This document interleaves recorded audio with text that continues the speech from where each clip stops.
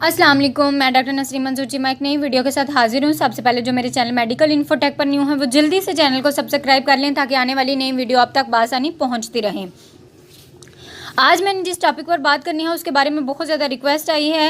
आपने अक्सर कॉम्प्लिकेशन सुनी होगी कि जी हमल में बच्चे की धड़कन नहीं बनी तो मिसकैरेज हो जाता है। इसकी क्या वजूहत हैं, इसका ट्रीटमेंट कैसे करेंगे। सबसे पहले मैं वजूहत डिस्कस करूँगी। तो नंबर 1 पे सबसे बड़ी वजह धड़कन ना बनने की वो क्रोमोसोमल इबनॉर्मेलिटी है, या ज़्यादा अल्फाज में जीनियाती तौर पर कुछ तब्दीलियां हैं। नॉर्मल इंसान में 46 क्रोमोसोम होते हैं जो 26 वालिद की तरफ से और 26 वालदा की तरफ से आते हैं। हाँ, अगर इधर ये क्रोमोसोम का बैलेंस ख़राब हो जाए यानी 45, 47, 48 या 49 क्रोमोसोम हो जाएं तो ऐसे में बच्चे के अंदर बनावटी तौर पर नकाइज सामने आते हैं जिससे हार्ट बीट नहीं बनती है। चूँकि इसका जीनियाती मादा इंसान से नहीं मिलता जुलता तो फिर अल्लाह की तरफ से ही ग्रोथ रोक दी जाती है। ये सबसे बड़ी वजह है, यानी 50 to 60% दिल की धड़कन ना बनने की यही वजह कंसीडर होती है। नंबर 2 पे दूसरी अहम वजह एन एम्ब्रियोनिक है, जिसमें जो एग होता है वो स्पर्म के साथ फर्टिलाइज नहीं कर पाता, जिससे एग अकेला यूट्रस में ट्रेवल करके इम्प्लांट हो जाता है। इसका भी जीनियाती मादा इंसान से नहीं मिलता है। चूँकि इसमें स्पर्म्स तो होता नहीं है, वो जस्ट एक सैक होता है, बेबी नहीं बन पाता, सैक रहता है और इसमें भी हार्ट बीट नहीं बनती और मिसकैरेज हो जाता है। नंबर 3 पे अहम वजह जो नंबर 3 पे है वो हार्ट बीट ना बनने की हार्मोन्स की इरेगुलरिटी है।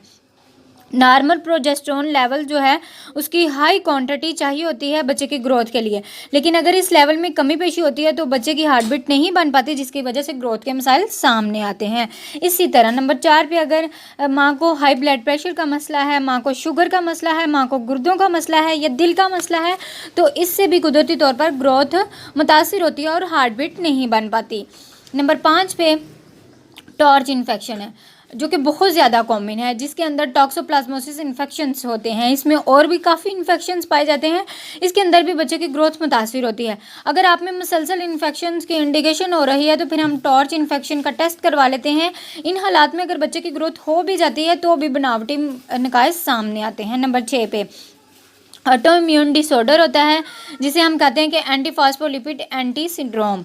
इसमें क्या होता है कि बच्चे के जैसे ही माँ के अंदर ग्रोथ शुरू होती है तो फिर माँ के अंदर एंटीबॉडीज़ बनना शुरू हो जाती हैं जो कि बच्चे को टारगेट करती हैं, उसकी ग्रोथ को मुतासिर करती हैं और हार्ट बीट नहीं बनने देती। नंबर 7 पे अगर तो यूट्रस के अंदर बहुत ज़्यादा फिब्रॉइड्स पड़े हुए हैं तो फिर भी ग्रोथ मुतासिर होगी, हार्ट बीट नहीं बनेगी। नंबर 8 पे अगर आप में फोलेट की डेफिशिएंसी है और ये भी हार्ट बीट ना बनने की बहुत बड़ी वजह है। ये थी वजूहत जो हार्ट बीट नहीं बनने देती। अब देखते हैं कि इसका इलाज कैसे करेंगे। आपके साथ 2 या 3 मरतबा हमल हुआ और ये मसला सामने आया, हार्ट बीट नहीं बनी, तो अगली बार आपने क्या करना है। सबसे पहले हम बात करेंगे कि बच्चे की हार्ट बीट का बार बार आपको प्रॉब्लम आ रहा है, प्रेगनेंसी में आ रहा है, तो आप ये जान लें कि ये प्रेगनेंसी आपके लिए हाई रिस्क प्रेगनेंसी है।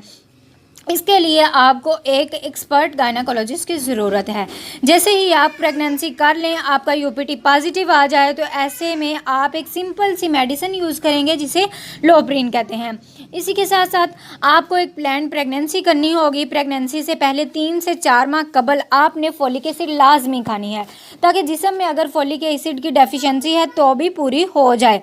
अगर आपके अंदर कोई एंटी फास्फोलिपिड एंटीबॉडीज़ बन रही हैं, उनकी तशखीस हो रही है, तो ऐसे मरीज़ में हम रोज़ाना की बुनियाद पर एक इंजेक्शन लगा देंगे ताकि उनका खून गाढ़ा ना हो, एंटीबॉडीज़ की वजह से ग्रोथ मुतासिर ना हो। और जिनको हार्मोन्स का मसला होता है इन्हें हार्मोन्स के इंजेक्शन्स दे दिए जाते हैं, वो भी मुख्तलिफ नाम के साथ आते हैं। इससे ये होता है कि हार्मोन्स का लेवल बैलेंस रहता है और ग्रोथ मुतासिर नहीं होती और हार्ट बीट के इशू भी सामने नहीं आते हैं।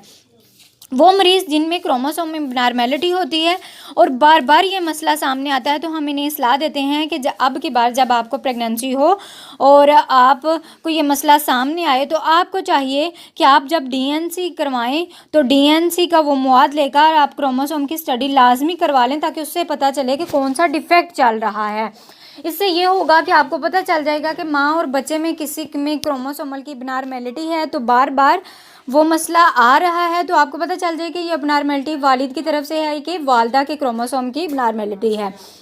तो इसके बाद हम उन्हें सलाह देंगे कि आप अपना बच्चा IVF या PGT, जिसमें जेनेटिक डिटेक्टिंग की जाती है, इसमें बच्चा पैदा करें, ताकि आपकी बार जो बच्चा पैदा हो वो माँ की यूट्रस में हो, तो अच्छा हेल्दी एम्ब्रियो हो, ताकि मिसकैरेज के इशू सामने ना आए। ये थी वजूहत जिनमें हार्ट बीट नहीं बनती, और इनिशियल ट्रीटमेंट भी मैंने आपको शेयर कर दिया। लिहाजा ग्रोथ ना बनने की सूरत में या हार्ट बीट ना बनने की सूरत में आपके जहन में कोई भी किसी भी किस्म का सवाल है तो आप कमेंट में पूछ सकते हैं। दुआओं में याद रखिएगा। अल्लाह हाफिज़।